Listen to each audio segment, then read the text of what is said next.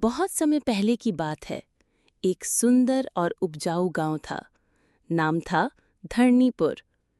चारों ओर हरियाली, खेतों में लहराते धान और हवा में मिट्टी की सौंधी खुशबू।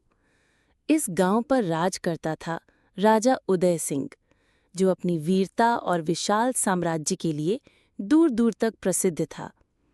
उसके पास इतना जमीन था कि सुबह से घोड़ा दौड़ाओ तो शाम तक भी उसका अंत न हो। राजा का महल गांव के सबसे ऊंचे टीले पर बना था, जहां से पूरा धरणीपुर दिखाई देता था।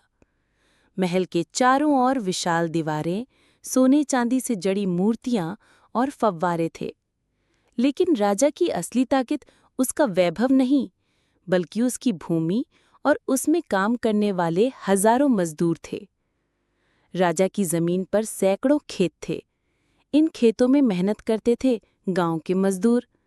सूरज उगने से पहले खेतों में पहुंचते और सूर्यास्त के बाद ही घर लौटते। हर फसल में राजा का खजाना भरता और मजदूरों को रोटियां मिलती। राजा को लगता था कि ये लोग उसके अधीन हैं और उनकी किस्मत उसी के हाथों में है।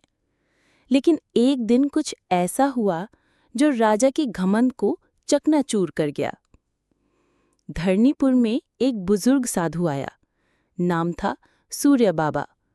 उसकी सफेद दाढ़ी, गेरुए वस्त्र और तेजस्वी आंखें देखकर गांव वाले उसके चारों ओर इकट्ठा हो गए। सूर्य बाबा ने ना तो कोई चमत्कार किया, ना ही कोई बड़ी बात कही, बस एक वाक्य बोला, जिसके पसीने से अन्न उपजता है वो राजा नहीं, खुद राज है। शुरू में तो लोग मुस्कुराए और बात को टाल दिया, लेकिन ये बात मजदूरों के दिल में घर कर गई। उन्होंने पहली बार महसूस किया कि वे केवल श्रमिक नहीं हैं, बल्कि इस जमीन के असली निर्माता हैं। जो खेत वे सींचते हैं, जो अनाज वे उगाते हैं, वही राजा को राजा बनाते हैं। धीरे धीरे ये विचार फैलने लगे। लोग आपस में फुसफुसाने लगे, रात को चुपके से मिलकर बातें करने लगे।